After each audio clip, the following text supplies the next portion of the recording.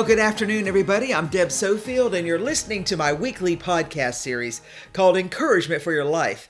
Most of you know I'm a national speaker and trainer and a coach. I like to say I help people find their voice and learn to use it. I'm also a conference speaker on the topics of public speaking, presentation skills, how to deal with the media, and crisis communication. Many of my other presentations can be found on my website.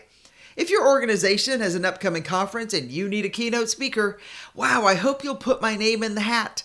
They can learn more about me at debsofield.com. I've got a number of great books on the market. My best-selling book, Speak Without Fear, my latest book, Perfecting Your Platform, are both on Amazon and Audible.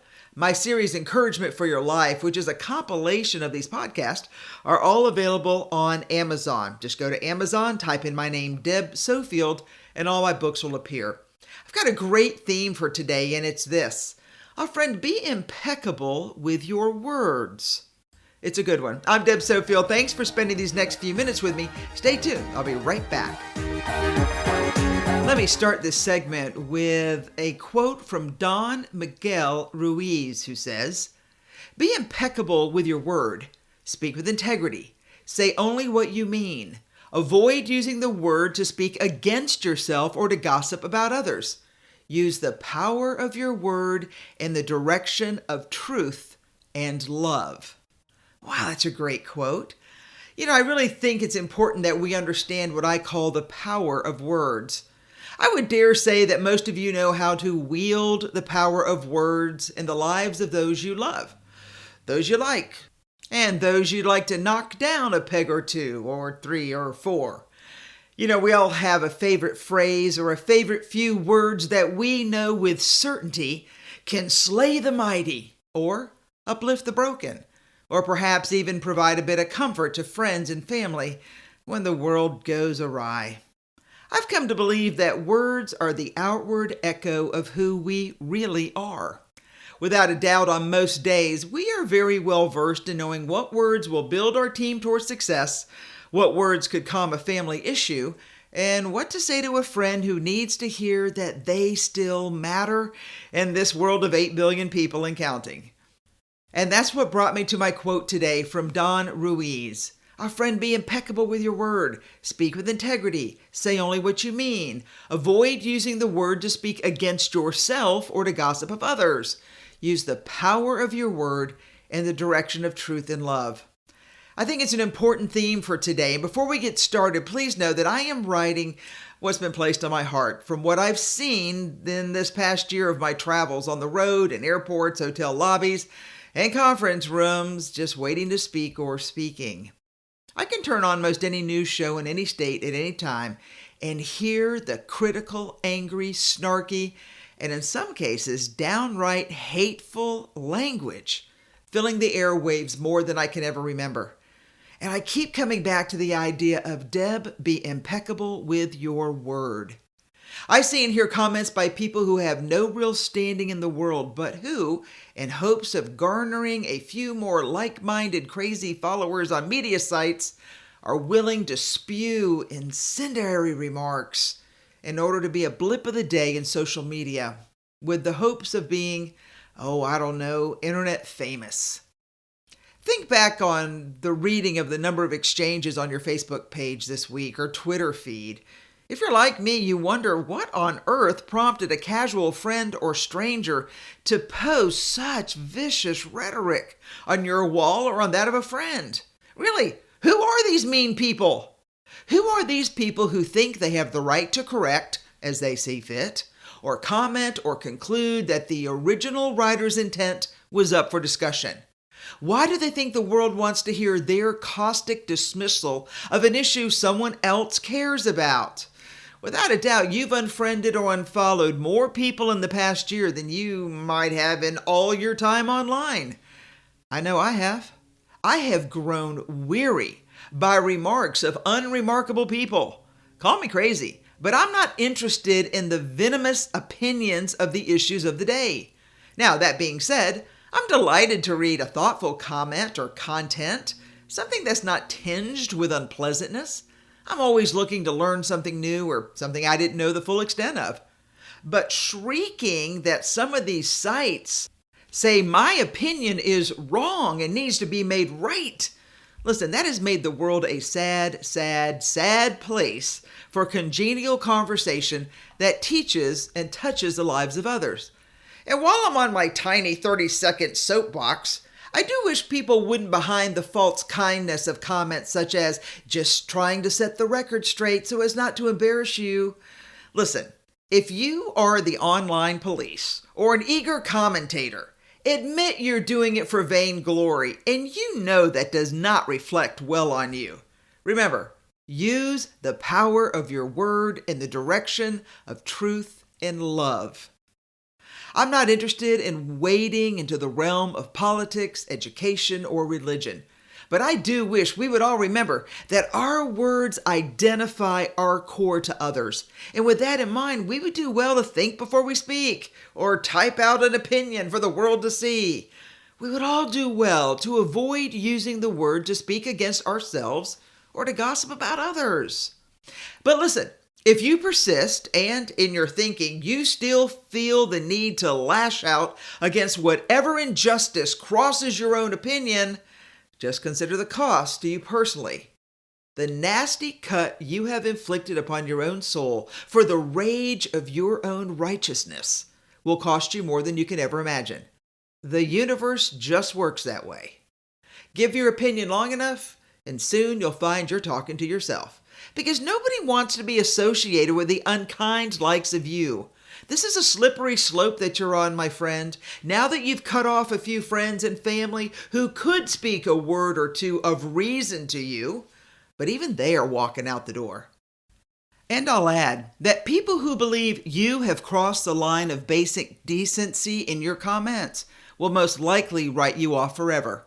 Soon, you'll be all alone. And if you can't keep quiet when the issue isn't that important, you give in to the insatiable need to always have the last word. Now listen, only you can decide if it is worth the cost to lose a friend, a colleague, a family member over your opinion of the day. Hear me, please. One day, you will speak the last word you ever speak to someone who at one time cared about you.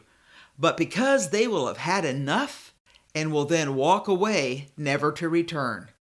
Without a doubt, they will not miss you or your self-important comments on every issue under the sun. People, hear me. Facebook is not the end all. And some would do well to guard their words.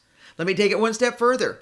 Let me remind you that those who agree with your opinion still won't be your friend, because they, like you, have as great a need as you do to have followers dislike the same things. For what it's worth, I've come to believe that some people have damaged their original gentle soul by not forgiving, overlooking, or even excusing the hurtful words of childhood. Not that those words should have ever been said to any child, but holding on to that childhood pain today has manifested into a dogmatic, intolerant, self-opinionated, hurtful adult. You know, the greatest sadness is this. It causes permanent damage, which is why these people cannot and will not guard their words. They find redemption in spewing back to a world that spoke harshly to them when they could not protect themselves. Please hear me. If you're someone who cares for a person like this, you will notice that they have allowed their hurt to overtake their logical mind. So they have little to no room for forgiveness for themselves or others, which is why they lash out at anyone they think they can hurt. They mistakenly think that you will feel the sting of their self-inflicted pain, when in reality, what they don't realize is all you'll feel for them is sadness for their broken state of mind and heart. Dear friend, if you were in this circle of hurt and self-harm, please reread the opening quote of today's message and take it to heart before you lose everything and everyone you ever loved or who loved you. To the friends and family, if you find yourself on the other end of a ceaseless conversation of this sort, just walk away. These are damaged people who will not get help until they find themselves alone in their brokenness. And even then, there's only a slight chance for healing. Listen, and that is sad to say, but I see it every day. I firmly believe if we take the quote to heart, be impeccable with your word, speak with integrity, say only what you mean, avoid using the word to speak against yourself or to gossip about others. Use the power of your word in the direction of truth and love. We have a chance to reset the calendar for the rest of our lives. And listen, wouldn't it be great to be a part of a new movement for good?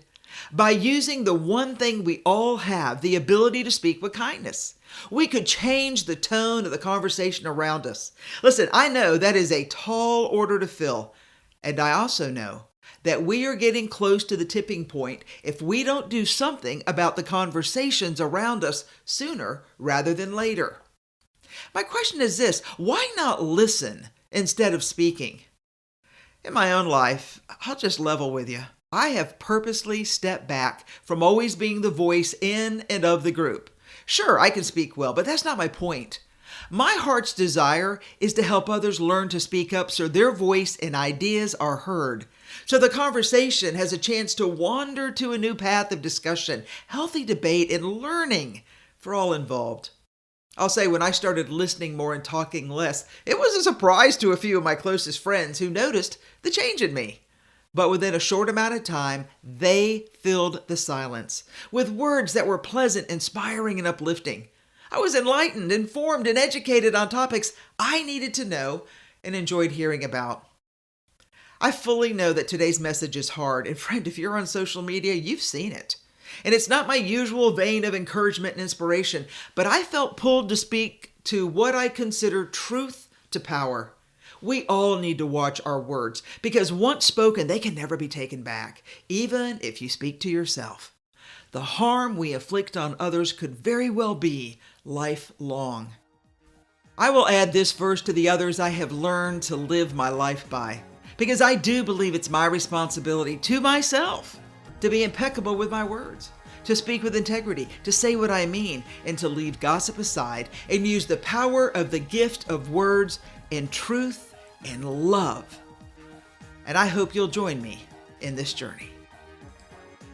All right, friends, believe it or not, you've been listening to Deb Sofield's Encouragement for Your Life. I just felt the need to say this today. I want you to understand this, that your words matter because you matter. And I tell you this a good bit on these renewed podcasts that I'm doing since I lost so many due to a hack. Friend, I don't care what the world says about you. I want you to know that I care about you, and I care about you because I believe if you're not careful, you will cross a line that you can't come back from. And I want you to do big things with your life, your big, amazing life. And I'd like to walk alongside you as I watch your dream come to life, because you can do what you were born to do and what you're called to do. So now you got to get to work. All right, I'm Deb Sofield. Take care, everybody. Join me next week. Seriously, join me next week. I'll be nicer, I promise.